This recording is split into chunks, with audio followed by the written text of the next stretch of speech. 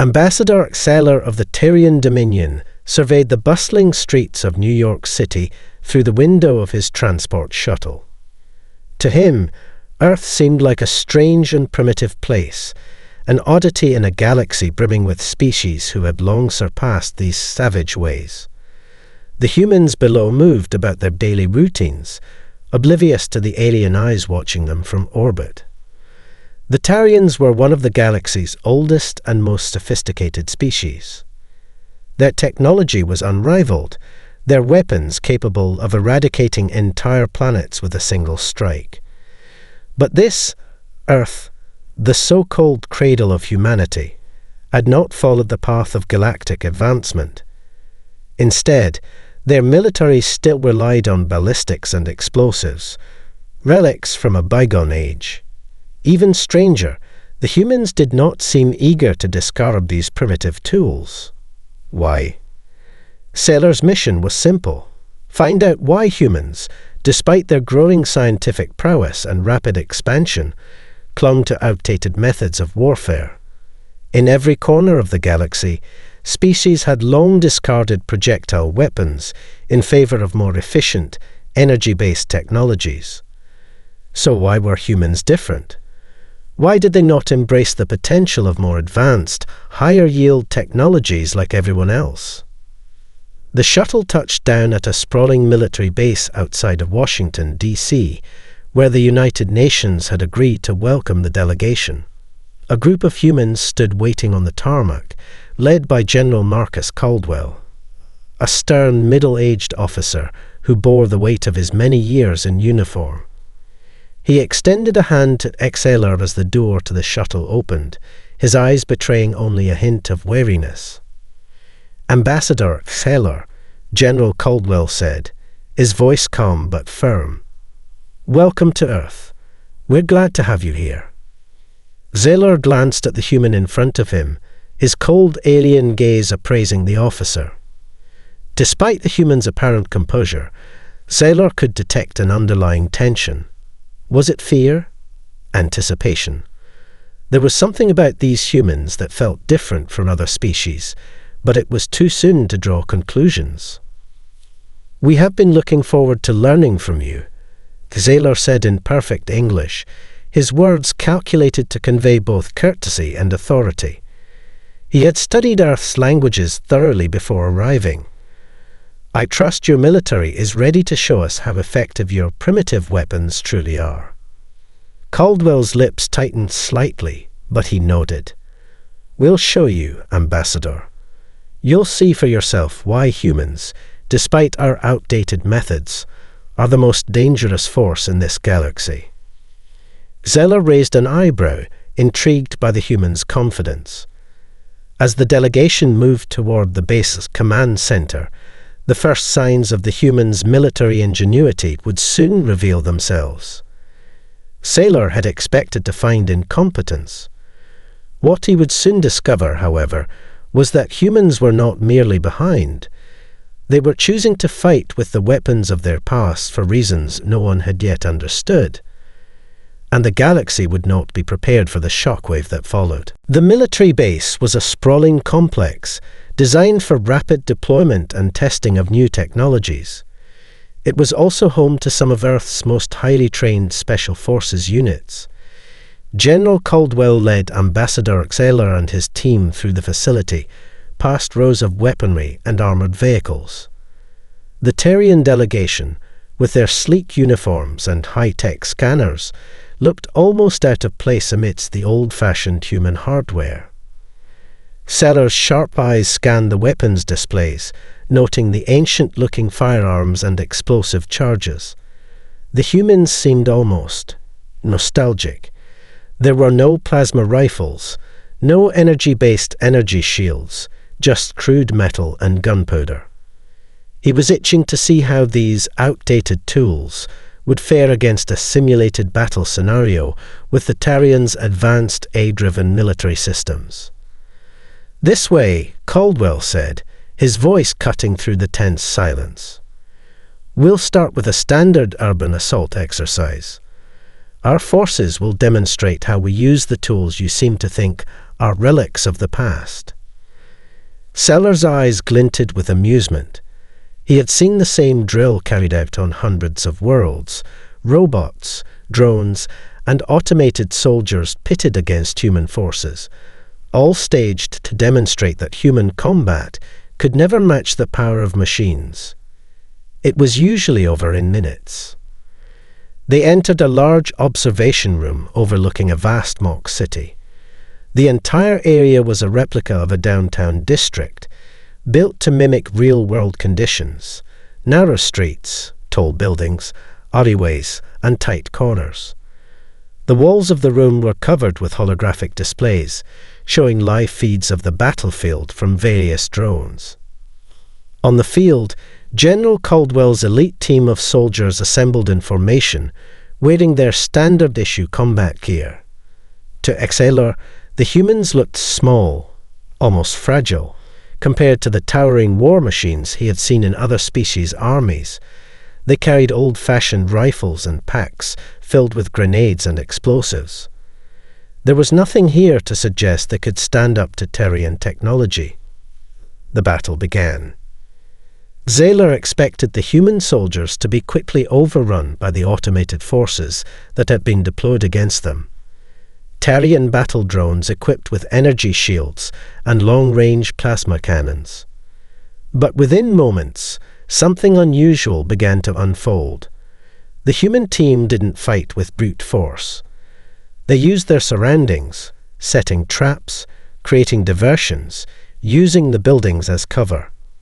The soldiers moved in pairs, always communicating with hand signals and subtle nods, coordinating like a hive mind. One soldier, a young woman named Sergeant Claire Roberts, crouched low behind a dumpster. As a Terrian drone moved into position, she launched an EMP grenade. The device detonated with a quiet hiss, and the drone froze, its systems temporarily disabled. As it fell, Roberts slid behind it, using the downed machine as cover, then tossed a grenade that disabled another.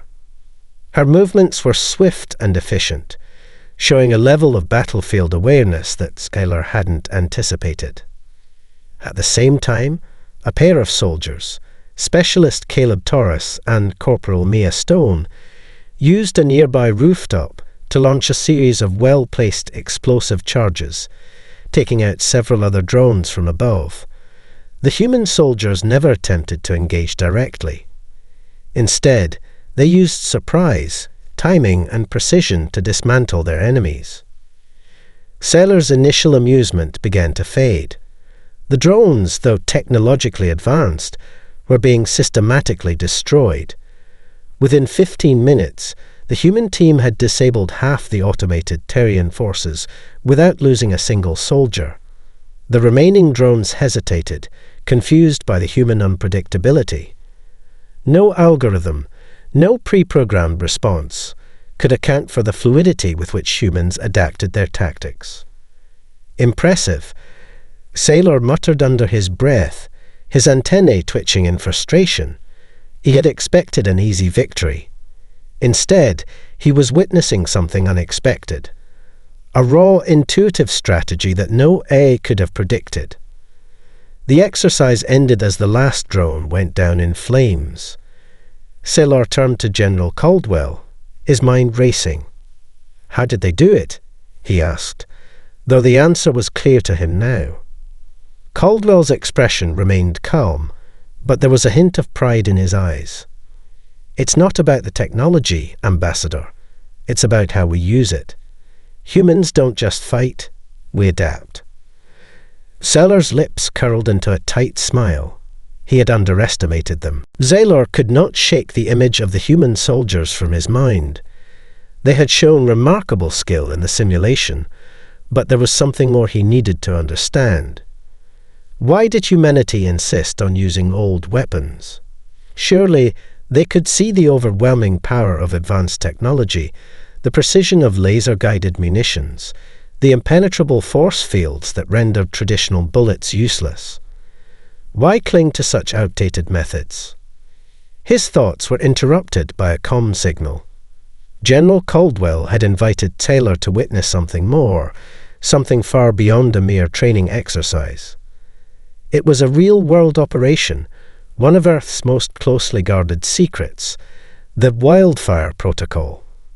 Zaylor's curiosity piqued, and he accepted the invitation without hesitation. The briefing was brief and cryptic.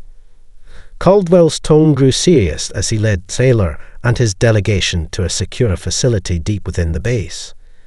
"This is classified," the general said. "What you'll see here today is something you won't find anywhere else in the galaxy. It's not just military skill, it's something unique about humanity." Zaylor followed, puzzled, but willing to entertain whatever this next step in his investigation would reveal. The operation was set in a dense, forested region of the Pacific Northwest, far from prying eyes. A few hundred miles away from the base, a small group of human soldiers was engaged in a covert mission. Their objective: to eliminate an enemy force of alien invaders, a renegade faction of Zorathians who had infiltrated Earth's defenses. The Zorathians, equipped with advanced cloaking technology and cybernetic enhancements, were notorious for their ruthless tactics. But this wasn't a standard military engagement. No laser cannons, no high-tech drones. Just humans against a far superior enemy. Zaylor watched as the mission unfolded on his monitor.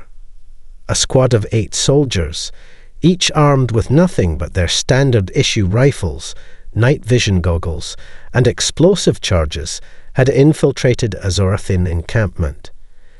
The Zorathians were well-armed and highly trained, but the humans were methodical, moving like shadows, blending into the environment with unnerving precision. Sergeant Claire Roberts, the same woman from the earlier exercise, was leading the group. Zaylor marveled at her calm demeanor as she ordered her soldiers into position. They didn't rush. There was no panic, no fumbling. Every move was deliberate, every step calculated. Without warning, Roberts signaled, and a series of explosions rocked the Zorathian outpost. The humans had placed timed charges on their supply lines and communication nodes, crippling the enemy's ability to respond. As the Zorathians scrambled to react, the human squad moved in. The soldiers didn't use brute force or overwhelming numbers. They fought with precision, exploiting the Zorathians' weaknesses: stealth, surprise, and misdirection. They even used the Zorathians' own advanced tech against them. Specialist Caleb Torres, an expert in hacking, disabled the cloaking systems of several Zorathian sentries, revealing their positions to the human squad. In the chaos that followed, the humans took down the invaders with a series of well-timed ambushes. The fight was over in minutes. The Zorathians, despite their superior technology, were left reeling, unable to adjust to the humans' guerrilla tactics. Zaylor leaned forward, his expression unreadable. What he was seeing defied everything he had known about war. The humans hadn't just defeated an advanced enemy, they had outsmarted them. They didn't just use their weapons, Zaylor murmured, mostly to himself. They used their minds. General Caldwell nodded gravely. That's what we do best. We may not have the most advanced tech, but we know how to turn the odds in our favor. Humans don't just fight, we think. And that's why we don't need your fancy weapons. Zaylor stood there for a moment, processing the scene unfolding before him. It was becoming clearer now. The human soldiers didn't rely on their weapons alone. They relied on their adaptability, their ability to read a battlefield, and to act on instinct in ways no machine could replicate. This wasn't just combat. This was a form of art, an art that the galaxy had yet to truly understand. As Taylor sat in the sterile briefing room, the hum of the Tyrian transport's engine deepened in his mind. The battle was over, and he had witnessed firsthand the unexpected ingenuity of humanity's soldiers. Still, Something gnawed at him. What had driven these creatures to develop such an unorthodox approach to war? Why had they rejected the efficiency of advanced technologies in favor of strategies rooted in ancient practices? He turned to General Caldwell, who seemed to sense his unease. The general stood by the window, looking out over the sprawling base, as if the answers he sought were hidden in the distant hills. After a long pause, he spoke. "Ambassador, I can't explain it all in a briefing, but I can show you something. It's the heart of what makes humanity different." Sellers' curiosity piqued again. Caldwell led the delegation through a series of corridors, deeper into the facility than Taylor had ever been. They passed several security checkpoints, but the further they went, the less Taylor understood what kind of facility he was entering. The walls grew darker, and the air heavier with a sense of secrecy. Finally, they reached a vault-like door. It opened to reveal an ancient archive, stacked high with relics of Earth's long and turbulent history. Ancient weapons, tattered maps, and worn journals filled the room, but there was one particular exhibit that caught Taylor's attention. It was a battered book, its leather cover cracked with age, its pages yellowed by time. A simple title was embossed on the cover in gold leaf: The Art of War. "This," Caldwell said, pulling the book from the shelf, "is a copy of a text that has shaped human thinking for centuries. It's an ancient manuscript, written thousands of years ago by one of our first military strategists, Sun Tzu.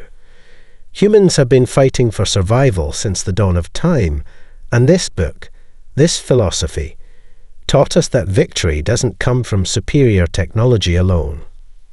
Seller took the book in his hands, feeling the weight of its age. He could sense the depth of history in the crumbling pages. Caldwell continued, "This isn't the only one. Humanity has always turned to its past, to the minds of those who learned through hardship. We don't just rely on technology or firepower, we rely on knowledge, creativity, and an understanding of the human condition. Every war we've fought, every battle we've won, has been built on the lessons of the past. And it's this unyielding drive to learn from history, that has allowed us to survive against far superior enemies." Zahler flipped through the pages of the book, seeing complex strategies, psychological tactics, and insights into human nature that seemed alien to him. The wisdom of human warfare wasn't found in the sophistication of the weapons. They were found in the way humans fought, the strategies they employed, and the way they adapted to every situation. "So it's not just the weapons," Sailor murmured, understanding dawning. "You've learned to fight by adapting, by studying the mistakes of others. And you've passed that knowledge down, generation to generation." Caldwell nodded. "Exactly. We may not have the most advanced technology, but we have something that can't be quantified: experience, wisdom, and a will to survive that no technology can replicate. That's why we still use old weapons." Sailor felt a twinge of awe. This, he now realized, was why humanity had survived and thrived when other species had fallen. They didn't just use weapons. They evolved them, shaping them to fit the needs of the moment, and more importantly, using their minds to outthink, outlast, and outfight their enemies.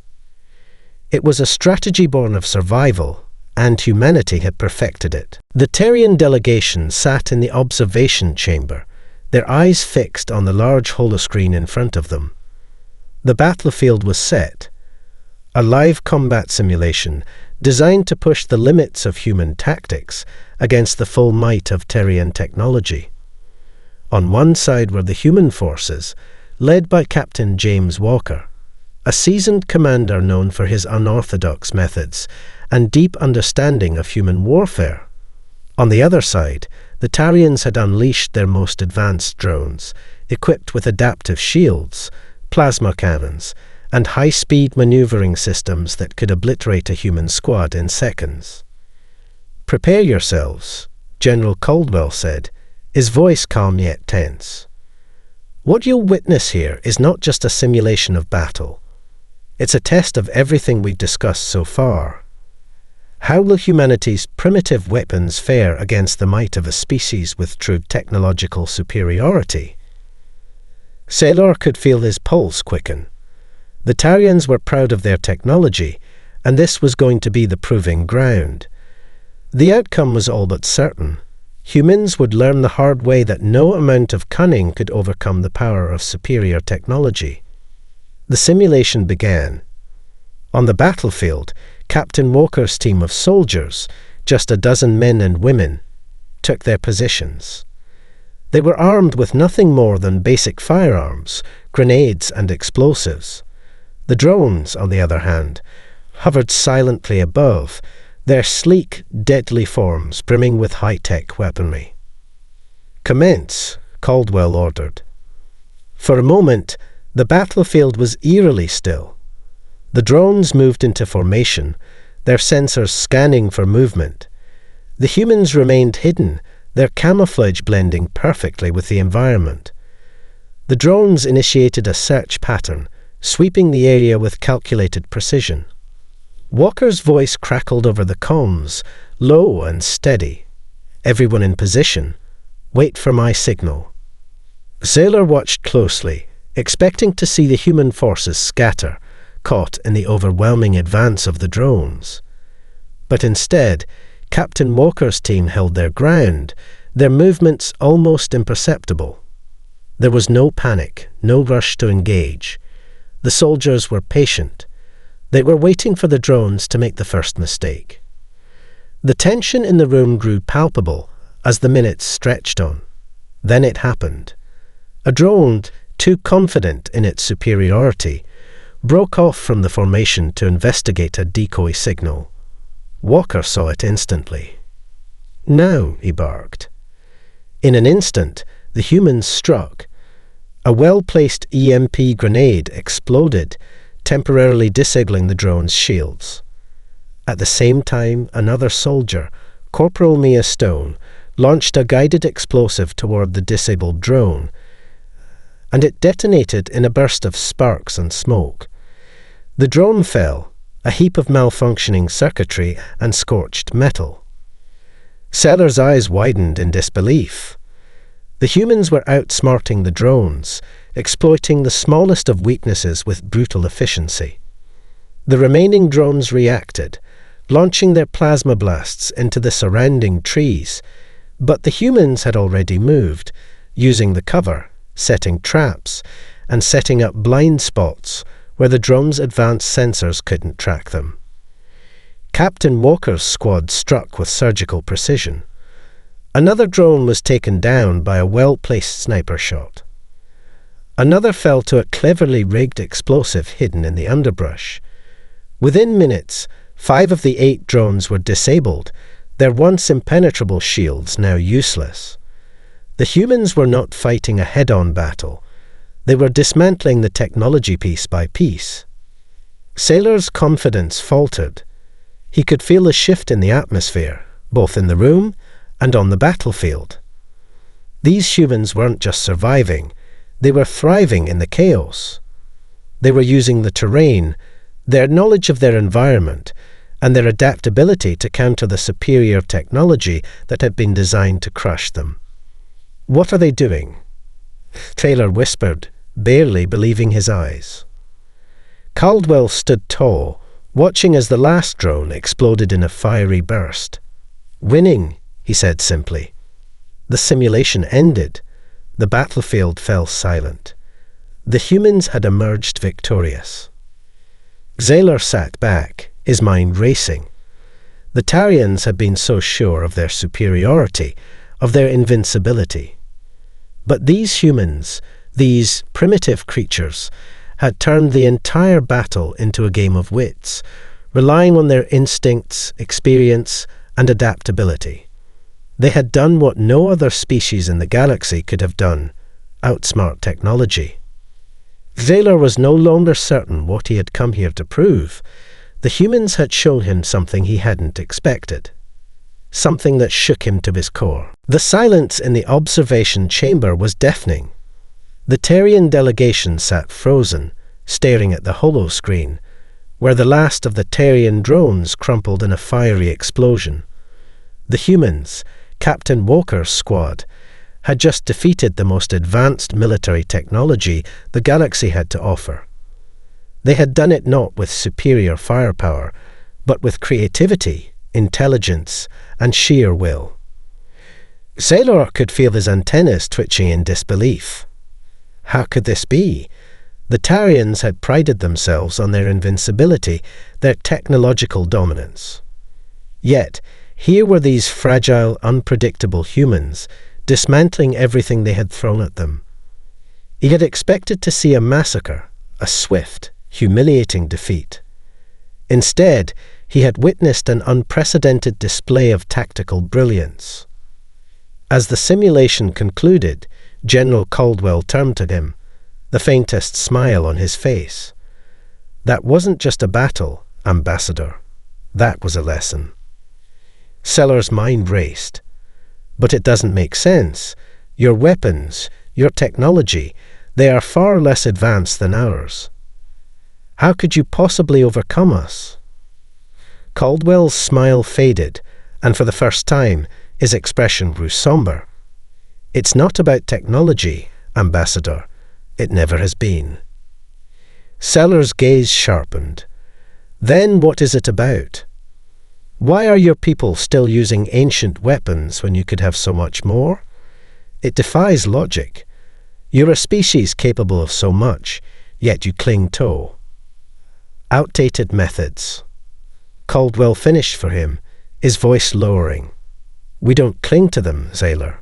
We choose them." The words hung in the air, heavy with meaning. Taylor narrowed his eyes. "Explain." The general gestured for Xeller to follow him. As they walked out of the observation room, the hum of the bass seemed to grow louder, more oppressive. They moved down a quiet corridor, away from the hustle of the main command center. Finally, they arrived at a secure door marked only with a symbol Sailor didn't recognize. Inside it was dimly lit, but the walls were lined with more records, this time not military documents or training programs, but human histories, ancient texts, personal journals. Caldwell stopped before one of the displays. "What you're seeing here," he said, "is what we've learned through centuries of war. The weapons are just tools, Sailor. The real power lies in the mind, in the will to survive when every instinct tells you that you're outmatched." Sailor looked down at the display. It was a faded photograph of a young human soldier, a woman with a rifle slung over her shoulder, standing in front of a ruined cityscape. "This is from Earth's Second World War, right?" he asked, recognizing the iconic image from his studies of human history. Caldwell nodded. "This is Claire Roberts' great-grandmother, who fought in the war during the 1940s. They were fighting overwhelming odds against enemies with far superior weapons, just like you saw today. But what they had was something no machine could replicate, something the enemy never understood: a drive to protect, to adapt, to overcome." Sellers' eyes darted between the photo and the general's face. "You are saying that this instinct is what makes you different from us." The general didn't answer right away. Instead, he turned, walking slowly toward a window that overlooked the distant horizon. The greatest lesson humanity ever learned wasn't about technology.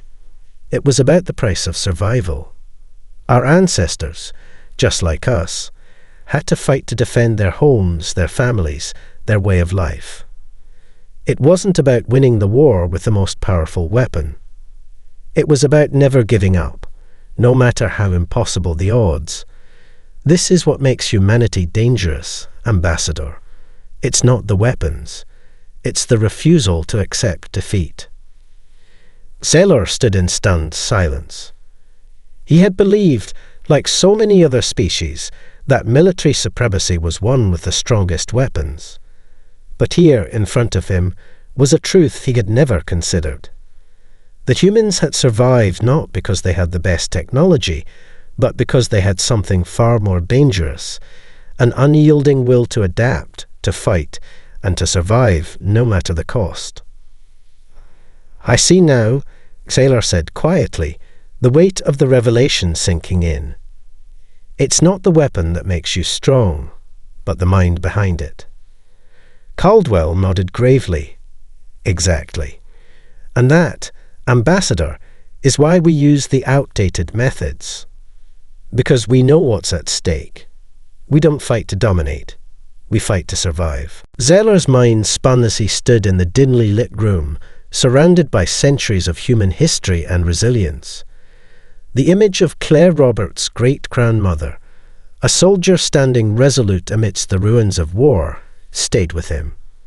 He had seen countless species across the galaxy rise and fall, but none had ever fought with the same ferocity, the same unyielding will that humanity seemed to possess. The Tarians were powerful, immensely so, but what if they were facing an enemy unlike any they had ever encountered before? He turned to General Caldwell, who was still staring out at the horizon. The general's tone had shifted, becoming more reflective, more measured. "It's not just about survival, Ambassador. Humanity's wars, our history, shaped us. It gave us something none of your technology can ever replace. It gave us the ability to adapt." Sailor's thoughts churned. He had seen the simulations, the real-world operations, the combat tactics that had allowed humans to prevail in the face of seemingly insurmountable odds. But why? Why did they insist on clinging to weapons that were so easily outclassed by alien technology? Why hadn't they just embraced the future, as the rest of the galaxy had? "I still don't understand," Xaler admitted, his voice betraying the confusion that had been building ever since he set foot on Earth. "Why these weapons? Why not the cutting-edge technology you could have access to?" Caldwell turned, meeting Xaler's gaze.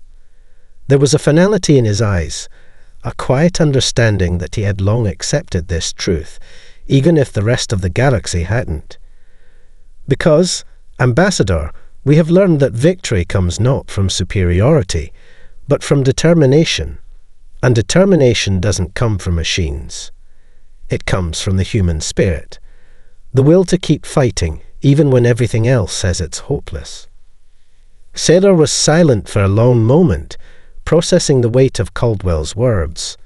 He knew now that he had been wrong. The question of why humanity continued to fight with outdated weapons wasn't about technological inferiority. It was about something far more fundamental. Something the Tarians and the rest of the galaxy had never fully understood. Then, a sharp tone echoed from the base's communications system, cutting through the tension in the room. Sailor's attention snapped toward the source. The voice of a young technician crackled over the speakers, urgent. "General Caldwell, Ambassador Sailor, we've detected an anomaly in Earth's outer orbit. It's a fleet, an unknown fleet, approaching fast." The words hung in the air, unspoken dread settling over the room like a cloud. "What sort of fleet?" Caldwell barked, already striding toward the control station. The technician's voice was trembling. They're not following any known patterns. They're not using any recognized signals. It's like they're deliberately trying to avoid detection. But they're big, General. Too big to ignore. Sarah's eyes narrowed. He had expected this. The humans had learned to survive against the odds. But what if the stakes were higher than anyone realized? What if they were facing a threat greater than even their resilience could overcome? "Get me the full data on their position," Caldwell ordered, already moving toward the central command. "Xaler, you might want to see this." Xaler followed, his mind racing. Could this be another test? Another force seeking to challenge humanity's survival, this time with something far more dangerous than Terrian drones. They arrived at the control station. The technician quickly displayed the data on the holo screen. The fleet was massive, easily the size of a small armada, and its trajectory suggested a direct course toward Earth. As the ship designs and configurations appeared on the screen, Sailor's pulse quickened. He recognized the signatures immediately. Zorathians, he whispered, the realization hitting him like a hammer. Caldwell's eyes were cold with fury. Not just any Zorathians. These are the renegades, the ones we've been fighting for years. And they've come to finish what they started. Sellers' gaze locked onto the generals. For the first time, he saw the depth of humanity's determination in his eyes. This was what Caldwell had meant. This wasn't just about winning battles. It was about standing firm, no matter the cost. "Prepare your forces," Xalor said, his voice suddenly steady. "This will be your true test." Caldwell nodded grimly. "We've been preparing for this moment for a long time, Ambassador. And now, we'll show you why humans don't back down, no matter the odds." The command center buzzed with frantic activity. The approaching Zorathian fleet loomed large on every screen, their ships silhouetted against the backdrop of space. The humans had prepared for this day for years, but now the time had come, and the odds were overwhelming. General Caldwell stood at the front of the room, his face set in grim determination. Xetilor, standing quietly beside him, couldn't help but feel a growing respect for the humans around him. They were a species on the brink of annihilation, yet they were not retreating. They were *ready*. "We've dealt with these invaders before," Caldwell said, his voice steady but filled with the weight of experience. "And we've learned from every mistake we've ever made. This time, we'll make sure they don't get the chance to strike again." Sailor watched as human officers moved quickly, coordinating tactical strikes, scanning for weaknesses in the approaching fleet. But there was no question, this was the most formidable threat humanity had ever faced. The Zorathians, with their fleet of battle-hardened warships and advanced weaponry, were more than a match for Earth's conventional forces. The technician's voice cut through the air. "General, the Zorathian fleet is entering firing range. They're activating their plasma cannons. ETA to impact, 5 minutes." Caldwell's expression didn't change. "Get the fighters in the air, now. All units prepare to engage, and have the last batch of EMPs prepped. We're going to need everything we have." Sailor watched as human soldiers and officers moved with uncanny efficiency. There was no panic, no hesitation. Despite the overwhelming odds, they remained focused. The same steady resolve he had witnessed in the battlefield simulations now became real. They were going to fight, not just with weapons, but with their minds, their tactics, and their unwavering will to survive. Caldwell turned to Xalor. "You asked why we still use old weapons," he said, his voice almost a whisper. "This is why." Sailor met his gaze, finally understanding. It wasn't just about the weapons, they were part of something greater. The humans, despite their technological limitations compared to other species, fought with everything they had. Their strategy was not to outgun the enemy, but to outlast them.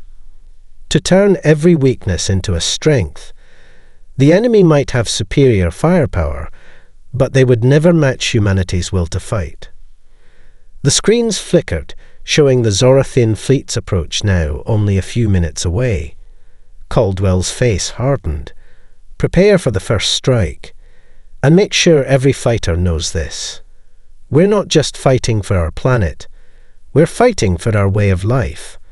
For every human who has ever struggled, ever bled, ever fought for something worth protecting." The orders went out. Humans, fighters and soldiers alike, moved into position. The sky above Earth soon filled with the hum of aircraft engines as the fighter jets screamed into the air, their weapons locked and loaded. On the ground, Earth's military was preparing for the full brunt of an assault, activating defenses that had been built specifically for moments like this. Xalor stood at the control station, watching as the first plasma bolts from the Zorathian fleet slammed into Earth's defenses. The shields flickered and cracked, but held. For now, the humans would not give up, not even when their cities were in danger, when their homes were at risk.